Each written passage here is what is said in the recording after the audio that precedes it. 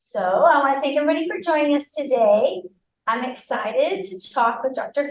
Frederick Gooding and Dr. Yellin, who is joining us on Zoom, about their book, Public Workers in Service of America.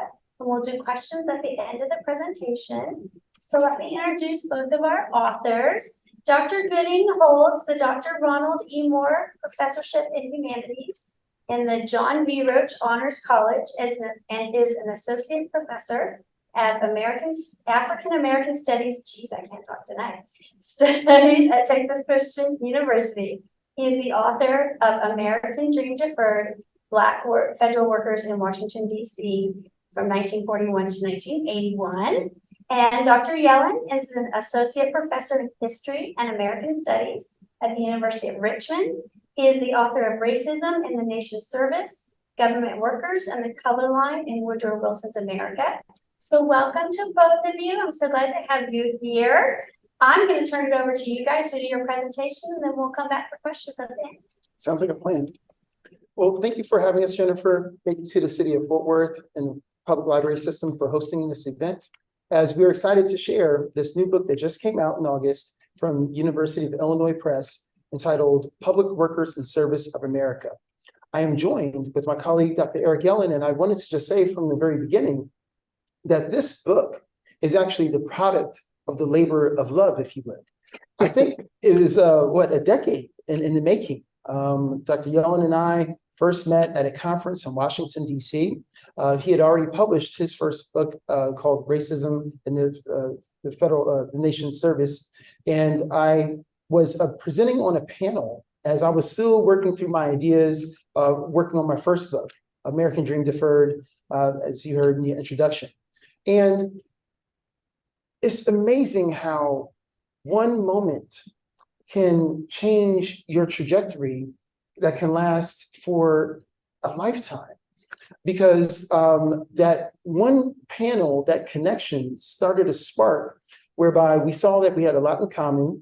We are both studying the same time period, and the conversation just continued to grow. And then when we ran into each other at the Organization of American Historians Convention in Atlanta, Georgia, the next year, we just continued talking. And fast forwarding a few years, here we are with our edited manuscript to show that this topic indeed is worth talking about. And along the way, we learned a lot. Chris Florio from Columbia University hosted a symposium, and we're very grateful to him. We're at the Heyman Center, and we were able to gather all the authors that you see featured in this book. And it was very generative over the course of 2 days for us to understand that work and labor can take on a multiplicity of different definitions. And so that's what we're excited to add to the conversation, because oftentimes when we think of work and working hard, it's very easy to become infatuated with the Jeff Bezos of the world or the Elon Musks of the world. And oftentimes their eccentricities and proclivities dominate the news headlines, all because of this open-ended capitalist model. But what about other workers? What about the everyday people that you meet when you're walking down the street? For my Sesame Street fans, that might sound familiar. But what about the everyday regular people? These are the people that we thought we wanted to highlight and spend more time talking about, because this is what is directly relevant to so many people across America today. So with that being said, why don't we go ahead and start talking about the actual definition itself of what is a public worker, right? Because when we say that, we as historians don't want to make any assumptions. We want to make sure that we're all on the same page. And so when we talk about who is a public worker, my question to the viewing audience is this what first comes to mind when we talk about a public worker? I have to return my clicker back to Amazon. It was an Amazon clicker, by the way, that I'm using. So we do the next slide. One of the pieces that we think is so very important is just laying out the groundwork for, yes, what a public worker might be. And so with the next, yes, if you can click again. When we talk about public worker, is this the definition of a public worker? He has the uniform one, but the answer might be slightly different than what we think. So why don't we go to the next slide and actually talk about what we mean by a public worker. And that was a joke that my wife, I think, loved brilliantly. Okay, so what we wanted to do was, essentially expand our working definition, because when people think of, because I did my first book on federal workers, and we didn't want to necessarily restrict to government workers and this idea that it's all about bureaucrats working in offices. Public workers take on a variety of different shades, shapes, and forms. From nursing to our police persons. And so what we wanted to look at was this fabric that is oftentimes taken for granted, right? But it's what I would call hidden in plain sight. I've been flowing for about a good 10 minutes nonstop here. Let me pause and see if my partner would like to jump in. Eric, is there anything you'd like to say about our definition of public workers and how we arrived at this definition, as opposed to maybe putting all these workers in a smaller box, such as, say, government workers? Yes. Can you hear me okay? Yes.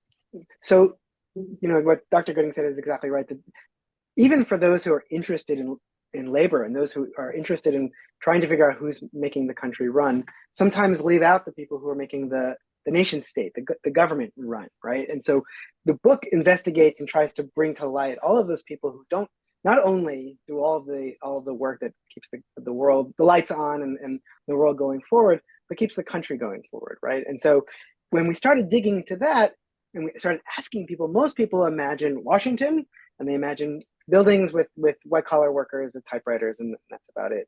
And when you dig into the history of public work, you find, as Dr. Gooding was saying, you find nurses, you find teachers, you find librarians, you find sanitation workers, you find people working in what anybody would recognize as a genuine factory, people who make books, people who make ironworks.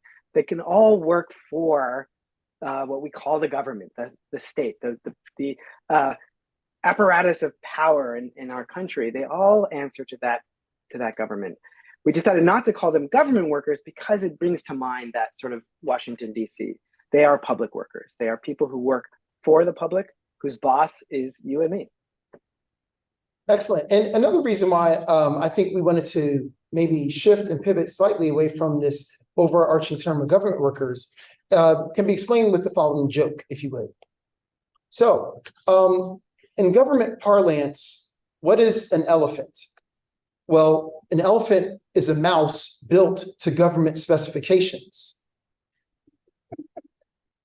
Okay, so in other words, the joke is playing upon this larger idea that when you say government and work in the same sentence, immediate images of largesse and waste come to mind. In particular, inefficiency, right? Many people associate this idea that the public sector in general is woefully inefficient, that one of the safest places to be, during any type of economic downturn is in the public sector, because it's so hard to get fired, right, so to speak.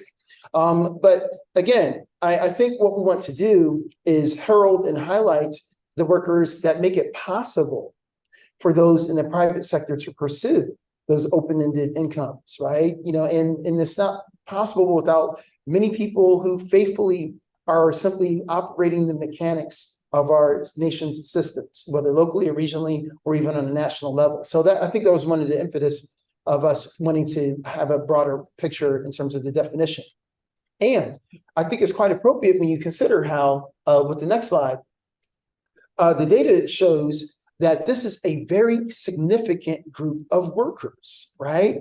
So as of the latest data we were able to call from 2020 March, right before COVID hit, and there's pros and cons about the role the government played, but clearly the public workers played an instrumental role in us navigating COVID, at least the first wave.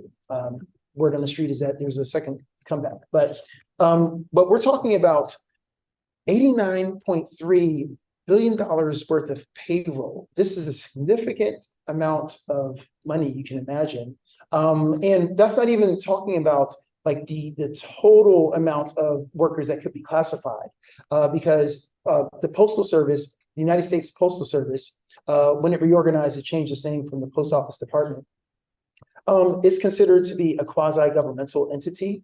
But we do believe that they perform a lot of the public facing work that we oftentimes, are talking about in the line in association with our teachers and our firefighters and our sanitation workers, right?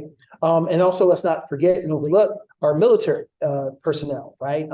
Not all military personnel are necessarily dressed in fatigues, stationed overseas, but many of them are, operating and researching. And we just had a conversation before our show started about the Army Corps of Civil Engineers that are oftentimes contracted out and using their expertise to help public citizens and private citizens to make effective decisions about how to invest their resources with respect to building, right?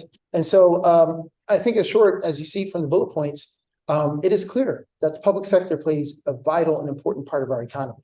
I'll pause there. Eric, is there anything you want to chime in on as well? Yeah, the other thing to add, right, is that these folks exist and this money is spent because Americans decide they want their services, right? These people exist because there's legislation and public representatives of the people determine a need. And so not only is this sector growing and involve a lot of money, but it involves a lot of service, right? A lot of meeting of needs. When we talk about $89 billion in payroll, we're not only talking about what goes into the pocket of public workers, we're talking about an investment in the country, right? And these people embody that investment. And also, when you talk about investment in the country, I think it's an investment in more ways than one. And I'll talk about this a little bit in a second about my chapter. But for many of these workers, they realize that going into many of these positions, that there's going to be some sort of cap or limitation on the amount of revenue that they may garner for themselves, right? And I think that makes it all the more noble, right? This idea that knowing that there may be some sort of financial limitation is not necessarily open-ended per se, but they still are invested in the actual work. These are oftentimes public-facing jobs where they have to interact with people. And I think that this is an idea that should be considered more as we make these jokes about the government being inefficient, right? So something that should give us a little bit more pause as we want to be considerate. And moving on to the next slide, Eric, I'm going to let you take first crack at this as to some of the themes that emerged as we put together our collection of essays. Yeah, so we brought together a group of leading historians of public work, and thanks, as Dr. Gooding mentioned, thanks to Chris Florio, we had the space to talk.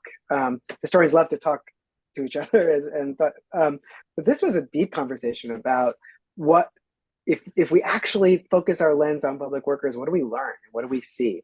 And what came out were a series of themes. And it turned out that for all of the diversity of public workers, and again, they're found all over the country in all kinds of jobs, there were some themes that pull them all together. The first is that because we organize power in this country through the political system, through elections, the public workers who work for the government, within this system, are uniquely political. That is to say, they are tied to how our democracy operates. They're tied to political parties. They are tied to the optics of politics all the time, because they can either be held up as an example of what the administration is doing wrong or what the administration is doing right. And that's at every level, from the federal government all the way down to your local city council. And so there's no separation of politics and worker, and that was deliberate. We do not have in American history, we do not have a separate autonomous civil service like in England. The civil service has always been connected to politics because politics is the people in this country. The sovereignty, the government rules by the people and for the people. And so the people who work for the people have to be part of that system. The other piece that Dr. Gooding already mentioned is that because so much of this work is important and so much of it involves serving people, public workers are uniquely visible. They are in the middle of so much, whether it's your roads, your schools, your hospitals, they become the face in many ways of the government. And they are also deeply under scrutiny. As Dr. Gooding mentioned, we have lots of jokes about inefficiency, but actually no group of workers is monitored more closely by more people for their efficiency and for their compensation. So they are tied to the political system and uniquely visible. They're also organized in unique and sometimes powerful ways. And we say organized here when we're talking about labor organizing, we're talking about unions. The public workers in many states and many levels of the government are barred from traditional union organizing. They're not allowed to strike because they're essential to the functioning of the government. And that limits their ability to organize.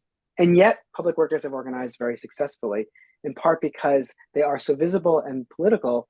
They have had advantages that other workers haven't had. When they've been abused or when they've been poorly compensated, we tend to hear about it more. Finally, and this will bring us to our chapters, and I'll turn it over back to Dr. Gooding. We found that who public workers are, where they come from, and their background is incredibly important. This all goes back to the importance of visibility in politics. Literally, what the government worker looks like, where she comes from, and what her community looks like is incredibly important. And just picking up on what Dr. Yellin was saying about where she comes from and what she looks like, if you notice on your screen, there's a Norman Rockwell painting of Rosie the Riveter. This is the original. A lot of people are thinking of probably the woman with, her arm, bent, pointing to her bicep. I'll show you that in just a second. But what's fascinating is this image, when you talk about identity, was so very important. It was seen by millions at the time, even though it's not the picture that is commonly seen today. But it was seen by millions at the time. And it really helped challenge this idea of who was working for the public government. And with the advent of World War II and so many people having to go overseas, that opened up a lot of opportunities for women and also African-American men and women, particularly African-Americans who migrated up from the South, looking for opportunities to actually contribute to this nation, which is still phenomenal given the fact that so many of these African-Americans in the South weren't being treated that fairly by their local governments, right? But still this willingness to share and contribute, I think, is quite remarkable. But what's fascinating is when you, before I move on to show you the photo that you're commonly familiar with by J. Howard Miller, if you notice at the bottom of her feet, there appears to be a book.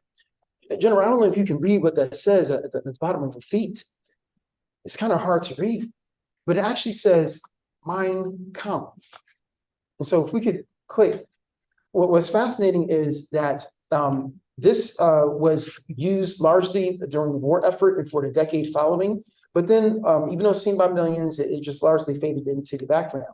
And so in the 80s, when people were organizing, when people were trying to figure out ways to jumpstart excitement and also to get public opinion on their side, many feminists saw that this Miller picture by J. Howard Miller was not under copyright, so that was convenient. And also, the idea was with Rosie in the prior picture, if you notice, she appeared, even though she was feminine, she had lipstick on, she appeared to be a bit more masculine. And so this was the picture that is commonly known as Rosie the Riveter and took the imagination by storm, and it's been burlesqued, it's been imitated, it's been duplicated in many ways. But again, whether you prefer the Norman Rockwell or the J. Howard Miller picture, the bottom line is image and identity do in fact matter. And so many people have been able to resonate and attach themselves to these images as they've been able to reconceptualize the idea of what a government worker should look like. It's not necessarily a white male in a straight suit and tie. Government workers come in all shapes and sizes. Public workers come in all shapes and sizes. And again, it's a matter of, are we taking enough time to notice what it is that they're doing right under our noses? And so speaking of which, what we would like to do is, even though we have several chapters in the compendium of essays that do talk about nursing, teachers, especially you don't want to miss the one about the police unions and how they operate. I think that's a fascinating chapter. And sanitation workers. Eric and I, because our chapters are so close to time, they're essentially in conversation with one another, right? And so what we thought we would do is just share a little bit overview about our chapters before we open up for questions. So as Dr. Gooding said, our chapters actually kind of talk to each other because the history will change, right? Things change over time. And in my period, the period I look at, the late 19th century into the very early 20th century, patronage, that is this system that we associate with corruption, that is of people running for office, winning office, and then getting to appoint whoever they want to every government position, whether it's sweeping up the floor or delivering the mail or working in the office, all of that ran through the political system, not through a civil service. It ran through loyalty to a political party. And this system, we rightly decided, was corrupt and led to inefficiencies. But when it was gotten rid of, we actually lost a really important piece for many Americans, and in particular for African Americans.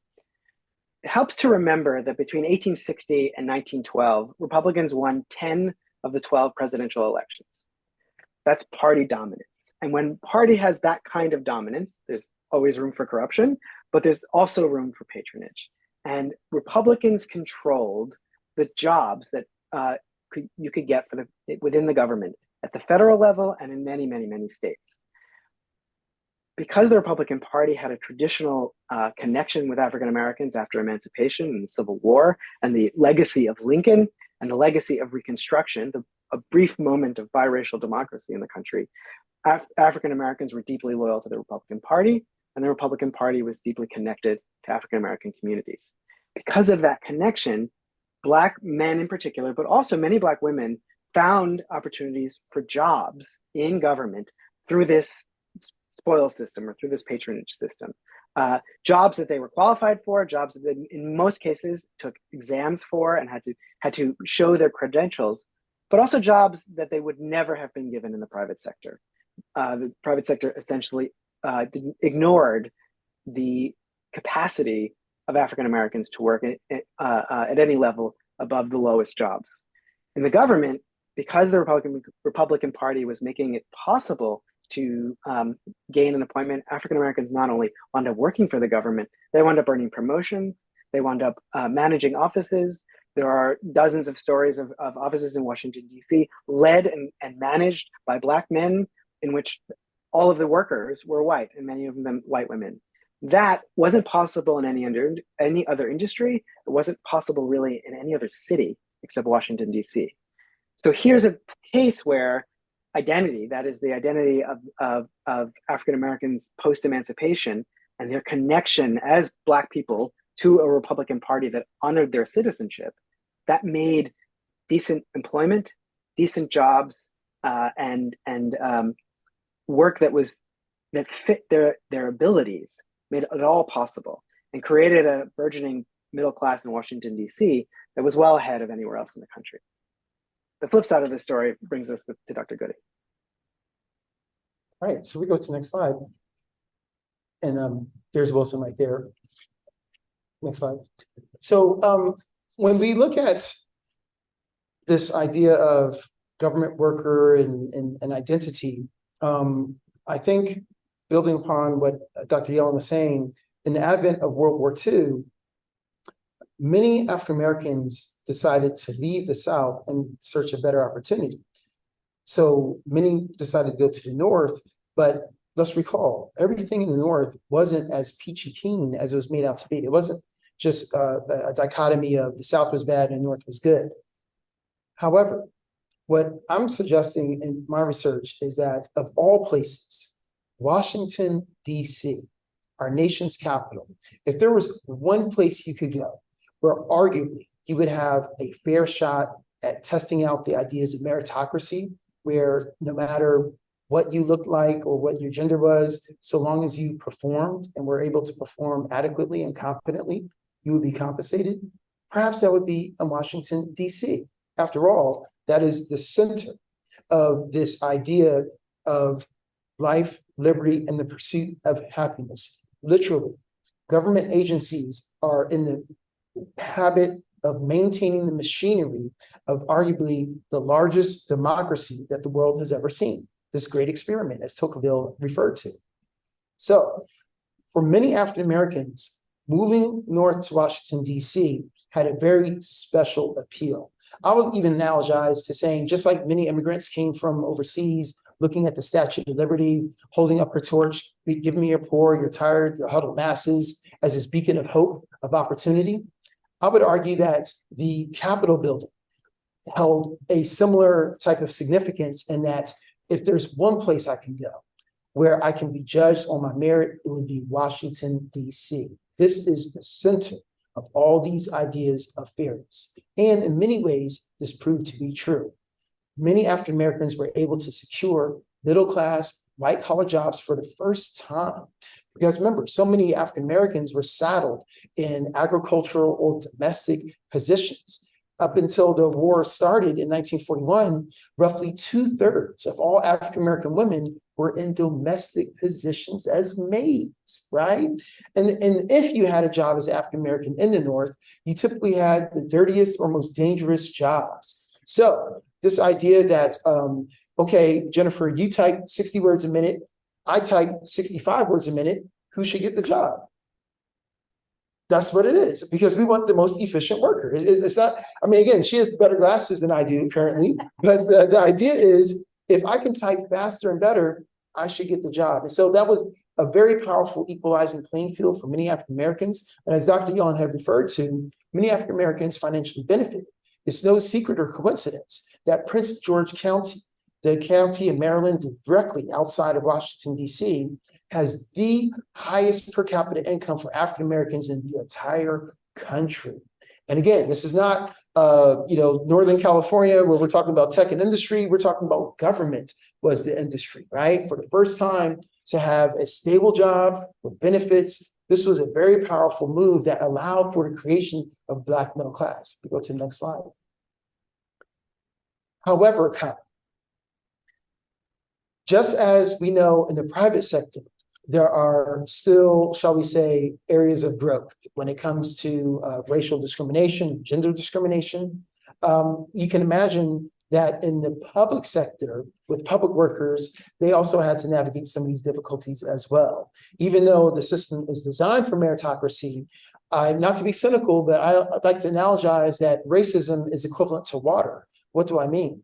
Not that it gets us wet and bothered, but that it can take on the shape of its container, right? So it's like this liquid malleable form. So in other words, you can have a system, change it, create new policies and decide this is what we're going to do to try to eliminate that problem. But then water will just simply take the shape of its new container. So even though we had this meritocracy system of meritocracy that benefited in the whole, thousands of individuals, we still have this trend that I've discovered, what I call Black collar workers, which means that Black workers, public workers, suffered from slower raises and lower wages. And why do we know? Well, because of the transparency of the federal government. We're able to see when we aggregate because I know some of you might be thinking, well, what about education? Clearly, many African Americans didn't have education at the time, so that might hinder their ability to obtain and land higher ranking jobs.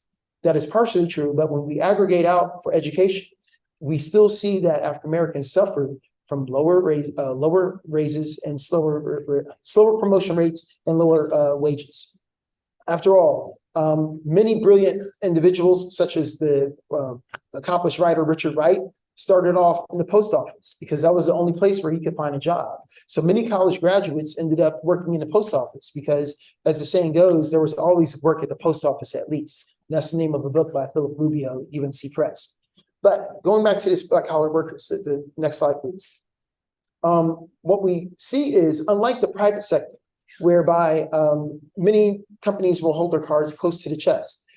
They will only maybe reveal how much the CEO makes to give us an indication of how well the company's doing, right?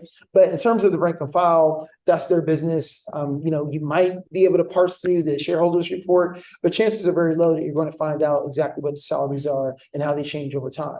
But with the federal government, the public responsibility to be transparent, we're able to discern this information. And as you can see here, we have with the Office of Price Administration, an agency that was actually known and renowned for being quite progressive.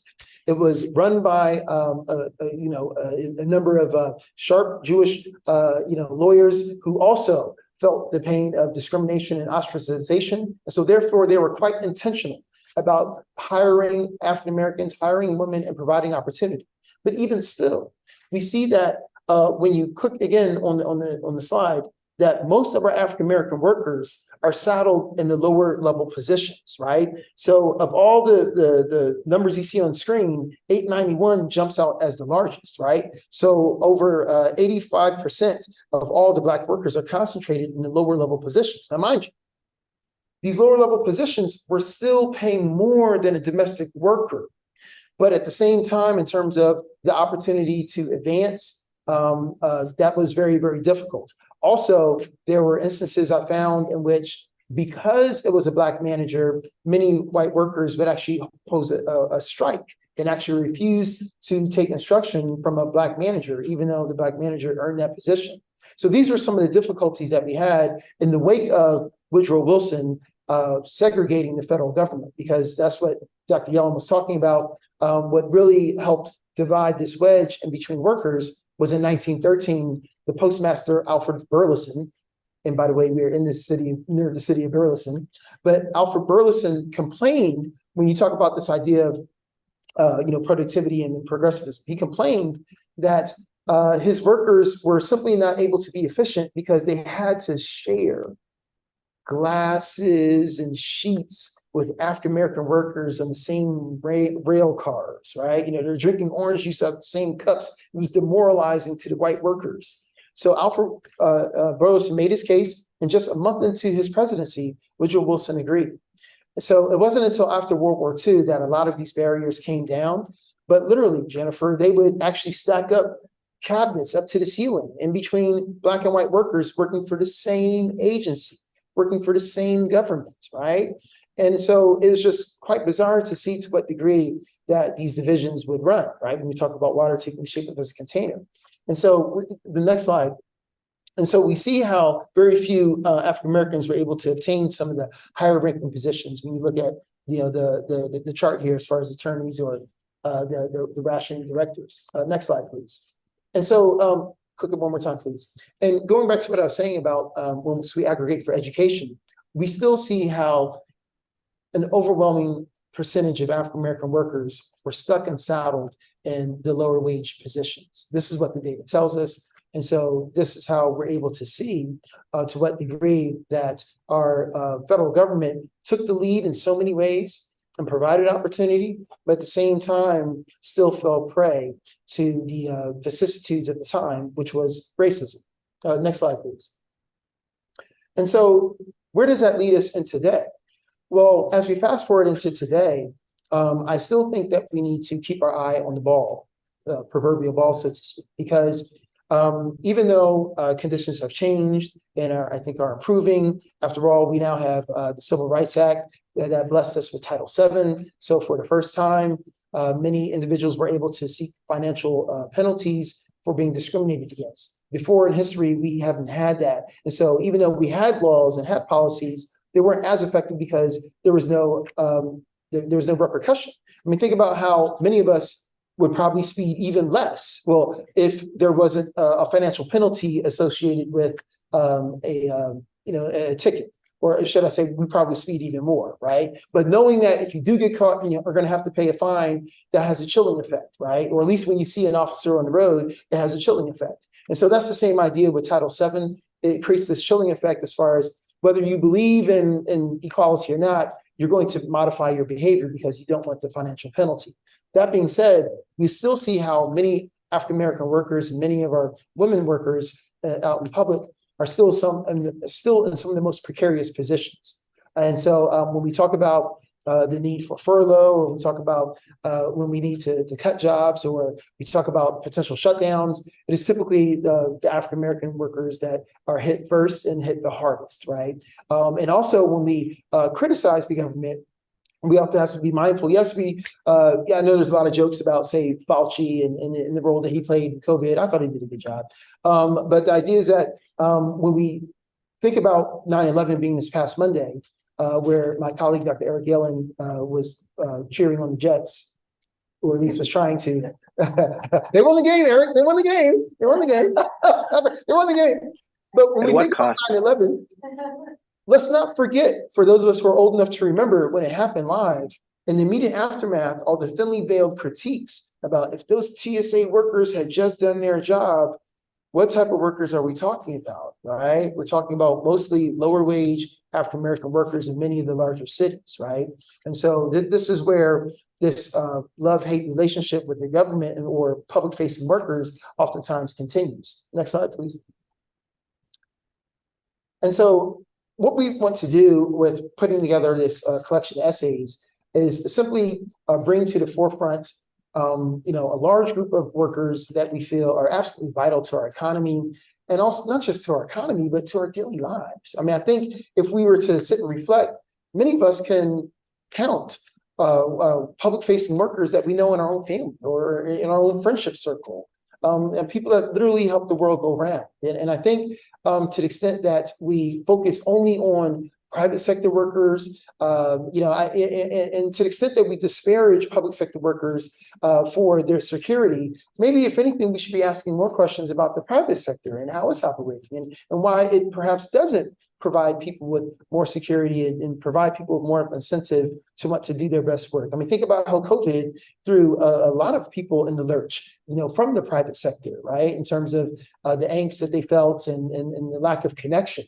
And so I think many other countries, and I know Japan is one of them in terms of creating workforce culture, and a lot of people shy away from that because of our fierce independence in terms of our American exceptionalism. But at the same time, whether you believe in your independence or not, the bottom line is if you absolutely believe in public sector workers, if you believe in your own personal, private independence. Eric, would you like to get the last word before we open for questions?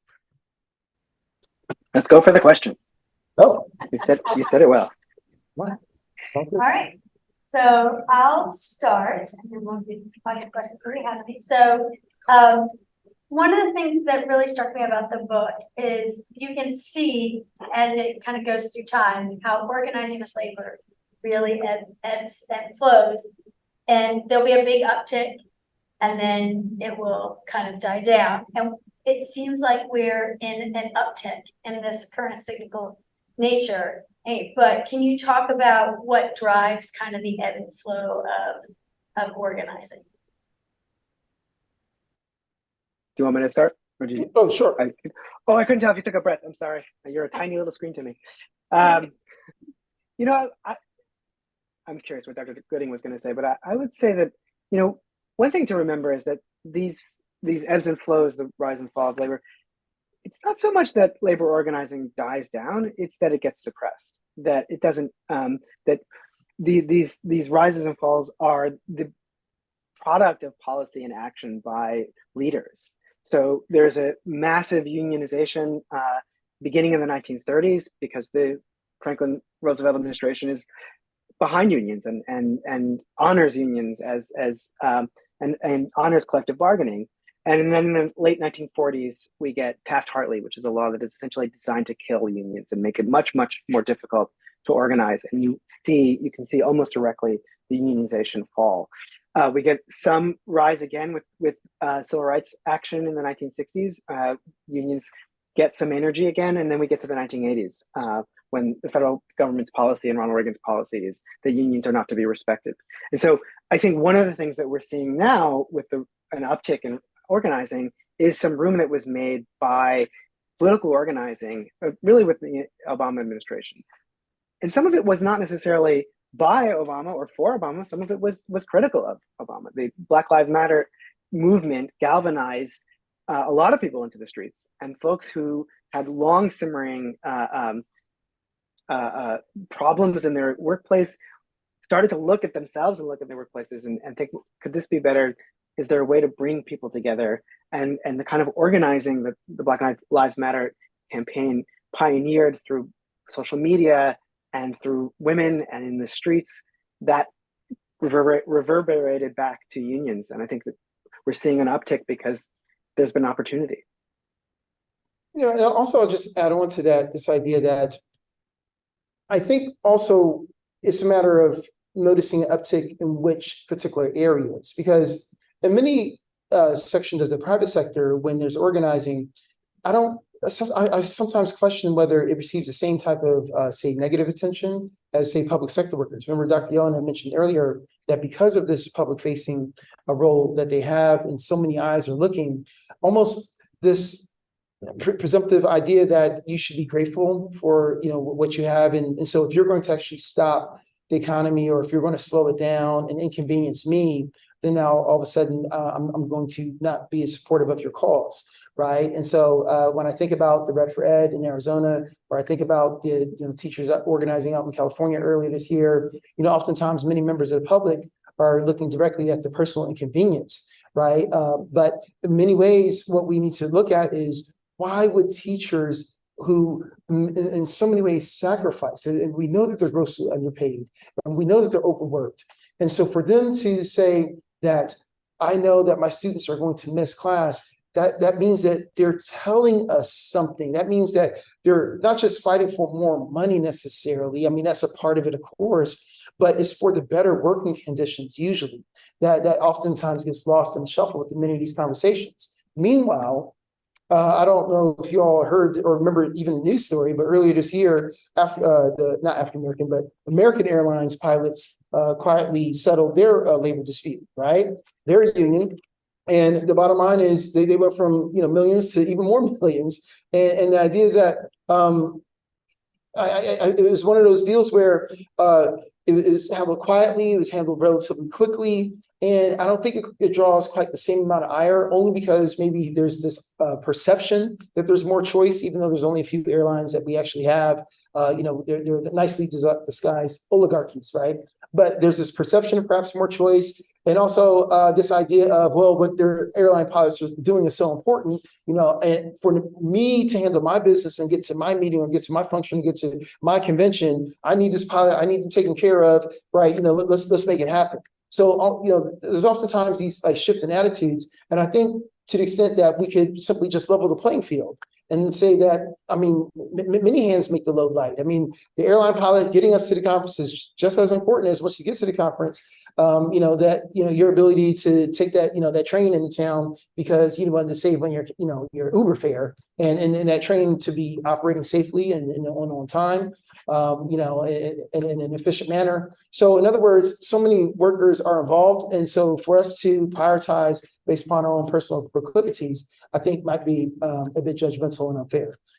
Well, I think it's interesting because the pilots came to a deal, but I'm pretty sure I heard last week that the flight attendants might be striking. So they cut a deal with the pilots, but they didn't cut a deal with the public facing crew that's serving in the cabin, right? That is mostly, it's primarily women. Female. Primarily women, and after COVID, I don't know what has been happening. We need more Liam Neeson clones on these planes to help settle things down. But it's become increasingly dangerous. Yes. I mean, when you look at these YouTube videos, it is reprehensible the type of conduct that our flight attendants are undergoing. Whether people had too much to drink or not. And so you're right. I think this idea that they're public facing, they're exposed, and they're still not being protected in the public dialogue and discourse is also part of the problem. Yes, I think we're probably done with the presentation. So I'm going to ask one more, and then we'll go to audience questions because it's kind of a tack on. So there's lots of strikes going on right now. The writers and the actors are striking. UAW might strike, right? And obviously these are all mostly in the private sector, partially because there are lots of rules about public service striking. But do you have any thoughts on how the public sector striking is going to play out and then hopefully affect public service workers, or do you think it's going to solely stay kind of with the private sector? So far, I'll jump in first here. I mean, so far, I'm not that encouraged that there's going to be as much overlap. I mean, because when you say private sector, I think implicit in that term is, maybe even a different pay scale. And so I think that for many people, especially nowadays, given the multiplicity of choices that people have, when they say they turn on the television, streaming options, what have you, again, it goes back to this idea of, but what does this do for me? And I don't think people are as directly impacted or affected. The fact that many of us are not seeing fresh Jimmy Fallon shows, live at night is not a deal breaker at this point, right? And so, because many of the movies that we see being released were made, some time ago. So I think maybe once it reaches that point of how is this affecting me, that's when perhaps maybe, but also I think when you talk about this idea of, collars and class, for many of these private sector, movements that are white collar, I think there's this large disconnect between, the everyday workers or those on the bottom of which, many are public facing. And so I think you're right. It's a natural nexus. I think it would be absolutely powerful if there was, more overlapping in strategy. Just this past spring, Dr. Yellin and I, with our institutions, participated in this Labor Spring campaign. It was a network of over, I think, 70 schools that was led by Dr. Joseph McCartan and the Calvinist Initiative and other schools to highlight awareness. But unionizing is still in many parts a bad word. It still brings to mind negative images, of violence and this idea of disruption. And I think if I could ask my Hollywood writers who are on strike right now to think of a compelling movie, it would be how to stylize a union activist in a cool way, so that maybe perhaps we can change that image to Rosie the Riveter, where more people would be accepting. So I'll pause there, Dr. Yellin. I'm going to strike a slightly more hopeful note. A Gallup poll just this week showed that 67% of Americans support unions. There is something happening. I think your question is exactly the right one. Something is happening, and then the question of whether it comes to the kind of workers we've been studying. On one hand, I would argue that some of them have been on the leading edge of this, right? The teachers have been on the leading edge of this. Nurses have been on the leading edge of a lot of this organizing. But the other thing to remember, and we don't talk as much about this in the book, is that today public work is a little less public than it used to be, right? Many of the people doing work for all of us actually work in private companies and are subcontracted to government. That's interesting to me, because as the unionization spreads into the gig economy of Amazon and Uber and Starbucks, there are now many of our public services that are also done essentially by gig workers, by people who work for those kinds of companies. And if you can do it in Starbucks, can you do it for those who are being outsourced by the Treasury Department or the Agriculture Department? It seems possible. And if the support is there, who knows? That's a good point about thanks for reminding me about outsourcing. I live in the suburbs. I'm in Burleson, outside of Fort Worth, and just was delivered a package by a UPS worker, but not in a standard issue UPS vehicle, right? So this idea of contracting, I think, is probably going to grow, as we move forward in the name of efficiency, that is. All right, so we have a question. So Jen, if you'll turn on your mic and read the question out loud. Okay, so hopefully that works. I should have a mic. So earlier in their presentation, I think it was Dr. Yellin that mentioned the civil service in the UK and how the public sector is kind of distinctly American. Can you talk a little bit more about how that looks around the world? Yeah, so in places, and I don't know everything about the world, Dr. G probably knows more, but the Japan, Germany, the UK, the civil service exists what political scientists call as autonomous. That is separate from the political system. When there's a change of office, nobody gets fired, right?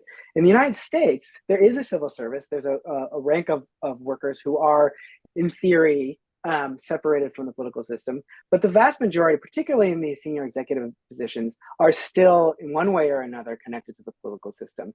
And that's not an accident. It's not corruption. It's a deliberate attempt by Americans to connect voting, right? The people you vote for, pursuing the policies you voted for, connected to the workers who will pursue those policies. And so that's very different from Japan and the UK, where it doesn't matter who the minister is, the person working in her office will be the same no matter what and forever. And that's not true in most of the United States, even with our established civil service system. Most of it is still in one way or another connected to a political system. Any other questions? So I'm making sure my audio is working.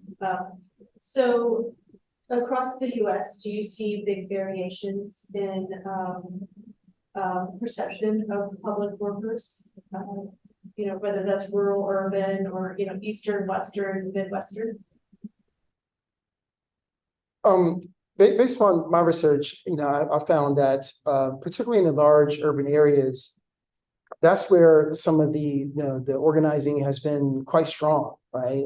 Just due to the volume when you talk about the numbers of people aggregated together, able to find their common interests. When you talk about the numbers, I mean, because going back to what Dr. Yellin just said about how in America we are indeed tied to the political tide, and there's incentive with the voting.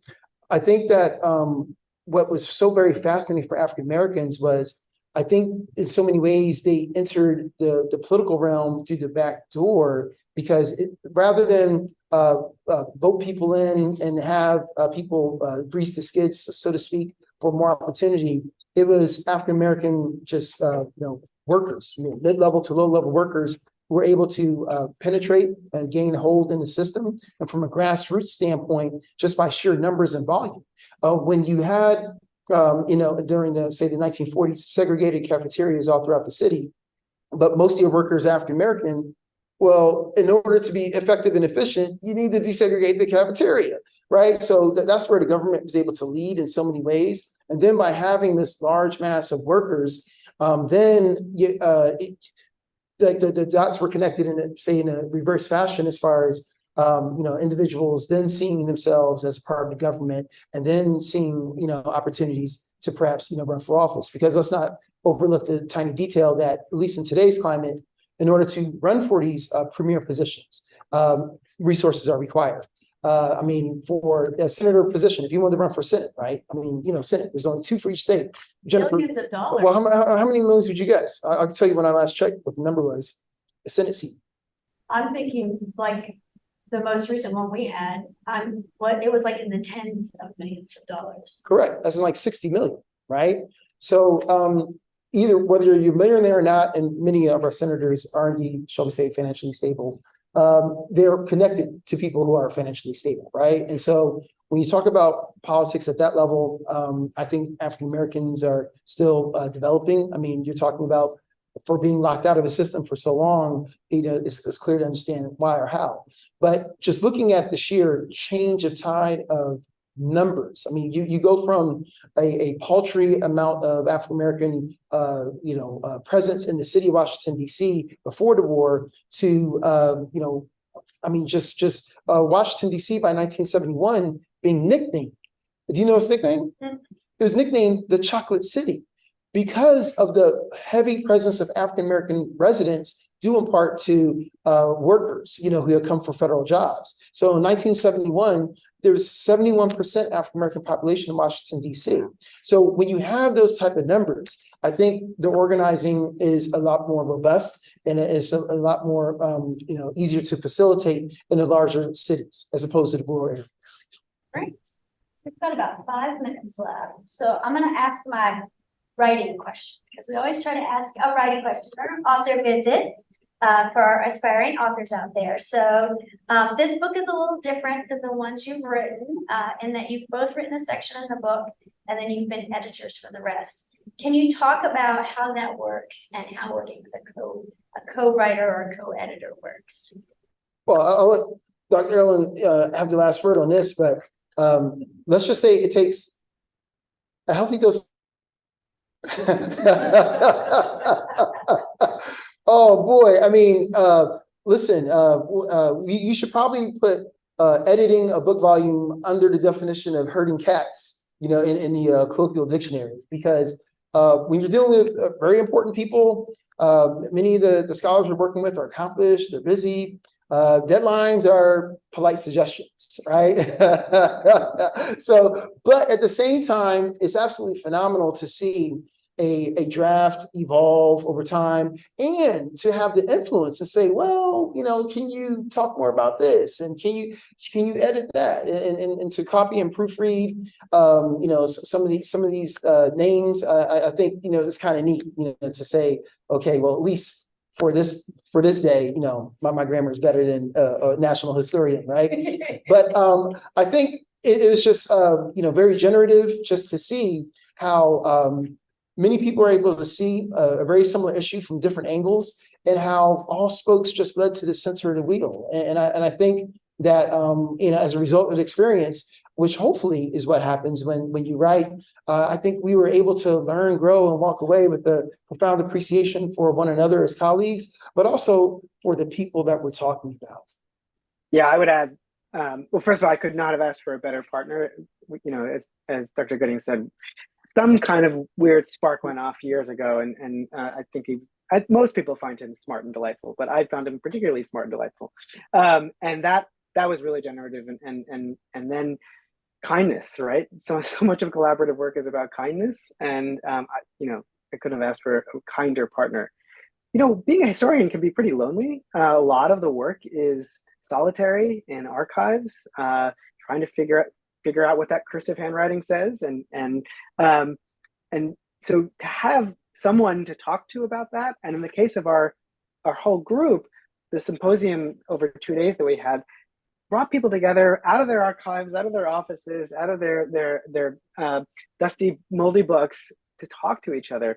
Was incredible, and the book is in many ways a stronger book than any one of our individual books, because it's the result of bouncing off of each other and trying to find those themes and those similarities, discovering the differences. We have scholars who are very late in their career, and we had graduate students, and that was also really I think special, because the people new to the field were pushing us in new directions. The people who had been in the field longer were filled with wisdom, and the book reflects that.